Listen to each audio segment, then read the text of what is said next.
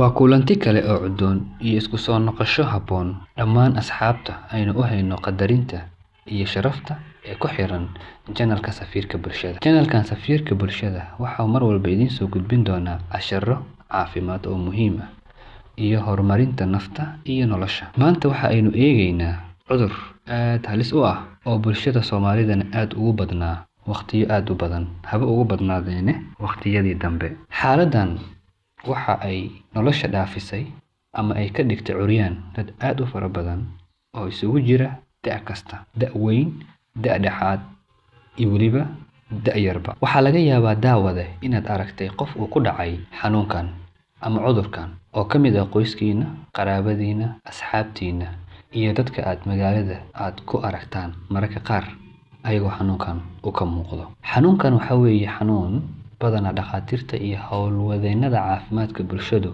aysan aad uga hadlin, dadkana aysan ka wacyigelin. Waxaana la yiraahdaa xanuunkaas stroke ama faalig, waxaad u taqaanidba. Xanuunkan stroke wuxuu yimaadaa xaalad aadan filaynin ama xaalad aad isaga jirtid jawi iska caadi ah. Haddaba xanuunkan waxaynu ku falanqayn doonaa dhowr siyaabood. 1. Waa maxay stroke? 2. Noocyada stroke-ga. 3. Waxa sababa stroke-ga, calaamadihiisa iyo calaamadaha hordhaca u ah ka hor inta uusan ku soo ridanin xanuunka stroke. Sida caadiga ahba, haddii cudur uu soo galo jirkaaga, waxa uu jirkaaga ku siinayaa digniin ama calaamado loo yaqaano signs and symptoms, isagoo kuugu sheegaya in uu jirkaaga soo galay cudur oo adigana aad si degdeg ah tallaabo u qaadaa, yacni waa inaad daawo raadsataa. Daawade, waxaan idinka codsanayaa si uu muuqaalkan u gaaro dad badan inaad muuqaalka like gareysaan. Haddii channelka ku cusub tahayna aad subscribe gareysaan. Waad mahadsantihiin. Faaligu ama stroke waa xaalad ku yimaada si degdeg ah oo aanan ku talagal lahayn iyo calaamado rasmi ah oo uusan ku siinin jirkaaga. Wuxuuna yimaadaa marka ay timaado caqabad maskaxda u diiday in xididadii qulqulka dhiigga ee geenaya maskaxda ku timaado cillad.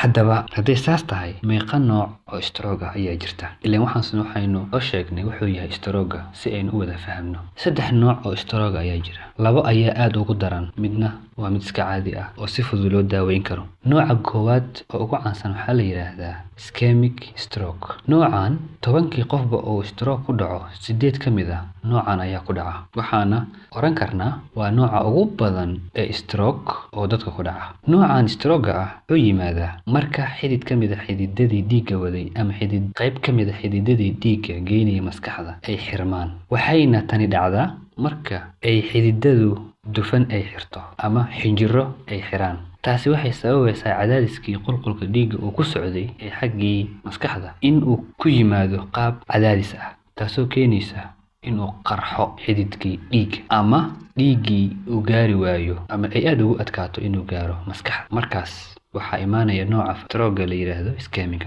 Nooca labaad waxaa la yiraahdaa hemorrhagic stroke. Waa nooca labaad oo ugu caansan, balse noocii hore ee koowaad ayaa ka caansan. Noocan aad uguma badna saan sheegay, laakiin waxa uu noqon karaa nooc aad u halis badan oo aan ka duwanayn nooca koowaad. Noocan waxa weeye in xididadu dhiiggu ay ku dhex qarxaan maskaxda, kadibna maskaxda uu saas dhiig ugu furmo. Kan saddexaad waxaa la yiraahdaa TIA ama TIA ayaa loo yaqaanaa. Macnaheeduna waxa waaye transient ischemic attack ayaa la yiraahdaa. Noocan marka la fasiro waxaa la yiraahdaa stroke yar. Wuxuu yimaadaa marka uu si kumeel gaar ah ay u xirmaan ama ay cillad ugu timaado xididadii dhiigga ee maskaxda. Noocan waa nooc kumeel gaar ah aan badnayn ama waqtiyo badan aan sii jirin. Waana nooc la daaweyn karo, laakiin haddii la daaweyn waayo ama la maareyn waayo, wuxuu qofku u nuglaanayaa inuu ku dhaco stroke weyn ama nooca stroke ee weyn. Aynu soo sheegnay labadiisa nooc. Haddaba maxaa sababa? Stroke waxaa sababa xaalado kala duwan. Waxa ugu caansan dhiig karka iyo sokorta oo aan si fiican loo maareynin. Sidoo kale waxaa sababa xaalado cillado ka jira xagga wadnaha. Sidoo kale waxaa sababa xaalka ama heerka kuleylka ama cimilada oo aad u daran. Sidoo kale waxaa sababa lifestyle-ka ama nidaamka nolosha oo aan fiicnayn iyo environment-iga markaas lagu nool yahay iyo xaalado kale oo badan. Hadduu stroke uu kugu dhacay, sidee lagu gartaa? Maadaama aan soo sheegay inuu qofku kooma galo oo kadibna qofka uu u dhawaado xaalado aad u halis badan, maxaa ku garan kartaa qofka inuu stroke ku dhacay? tan koowaad waa afqalooc, afka oo qofka qaloocda, taasoo meesha ka saaraysa gabi ahaanba qofka inuu hadlo, sababtoo ay tahay unugyadii hadalka maskaxda ama qaybihii hadalka maskaxda ayaa dhib soo gaaray. Sidoo kale xubintii hadalka soo gudbinaysay oo afka ahaana sidoo kale asagana bedel neerfa ayaa ku yimid. Waxaa loo yaqaanaa afqalooc. Labo, aragga oo isku darsama. Aragga oo isku darsama taasi waxay sababaysaa in wixii aad arkaysay aad kala garan weysid waxa ay yihiin, ama qofka uu kala garan waayo waxa ay yihiin. Tan saddexaad, wareer, xanaaq iyo deganaansho la'aan. Mid afraad, koomo ama qofka inuu miyirka beelo. Midda ku xigta waxa weeye dabaqaad aad u daran ama dareen ah in wax waliba ay kula wareegayaan. Waxaa loo yaqaanaa dabaqaad. Madax xanuun aad u badan oo kadis ah waliba. Midda ku xigta waxa weeye xasuusta oo lunta. Qofka inuu xasuustii ay ka lunto uusan wax xasuusanin xataa dadka agtiisa jooga. Midda ku xigta, calaamada ku xigta waxa weeye isbedel ku yimaada xagga dareenka, dabeecadda iyo qofka inuu ay aad ugu yaraato inuu la dhaqmo bulshada ama dadka ku xeeran. Laba iyo matag, luqunta ama qoorta oo adkaata, suuxdin kadis ah iyo waliba hadalka oo dhib noqda ama qofka inuu ku adkaado inuu hadlo. haddana waxaan sheegaynaa qaabka loo dareemi karo kahor stroke intuusan kugu dhicin. Intaynan taa u gudbin, laba xaaladood oo la xiriira calaamadaha stroke ayaanu sii raacinaynaa. Qofka inuu ka lumo dareemayaasha sida aragga, maqalka, urta, dhadhanka iyo taabashada. ugu dambeyn uu noqdo qofkii curyaannimo ama inuu kusoo dhamaado curyaannimo loo yaqaano paralysis oo iyadaba xaalad kale oo aad u halis badan. Haddaba sidee loo dareemi karaa kahor intuusan kugu dhicin stroke? Xaaladahan ma ahan xaalado si joogto ah qofka u qabanaya, waa xaalado marna tegaya marna imaanaya. Haddaba marka ma aha xaalado lagu sii xisaabtami karo, laakiin haddii mar walba isku aragto xaaladahan, waxaa fiican inaad si degdeg ah isbitaalka u tagto si uusan kugu dhicin stroke aad iyo aad u halis badan. Kow waa wejiga. Qofku wuxuu culays ka dareemayaa xagga wejiga. Haddaba qofka la jooga waa in uu dareemaa isbedelka wejiga ee qofka, waana inuu weydiiyaa qofka inuu dhoola cadeeyo, waayo qofku waa ay ku adag tahay inuu dhoola cadeeyo marka ay xaaladahaas hayso, ama dhib ayay ku tahay inuu dhoola cadeeyo. Labo, isbedel ku yimaada gacmaha. Qofka gacanta waa inuu labada gacmood kor u qaadaa kadibna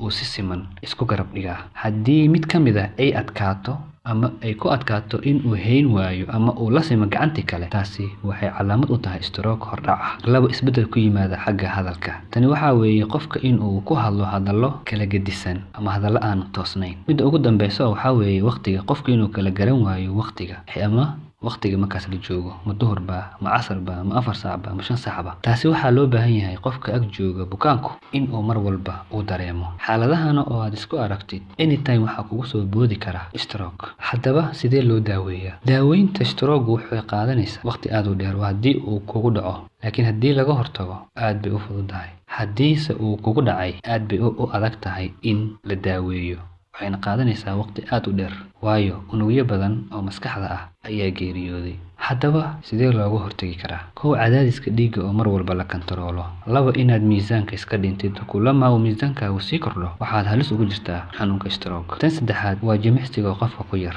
Jimicsigu macnaheedu ma qofka inuu gym aado ordo. Qofku waa inuu mar walba uu activity sameeyaa ama shaqo gacanta uu ka sameeyaa. Uuna jimicsiga ugu yar waa socodka. Kan ku xiga waxaa weeye mar walba la soco dhaqdhaqaaqa wadnahaaga iyo caafimaadkiisa. Tan ku xigta waxaa weeye xakameey oo daawee xanuunada macaanka. Tan sheegnayna dhiigkarka iyo macaanku waa nooca ugu badan ee keena stroke. Haddii aad balwad leedahay ama sigaar cabtid ama khamro cabtid ama balwadaha kale aad leedahay, iyaduna way keenaan. Haddaba daawade, stroke waa xaalad aad iyo aad u xun, waxayna leedahay ka hortag daaweynteedu aad bay u adag tahay.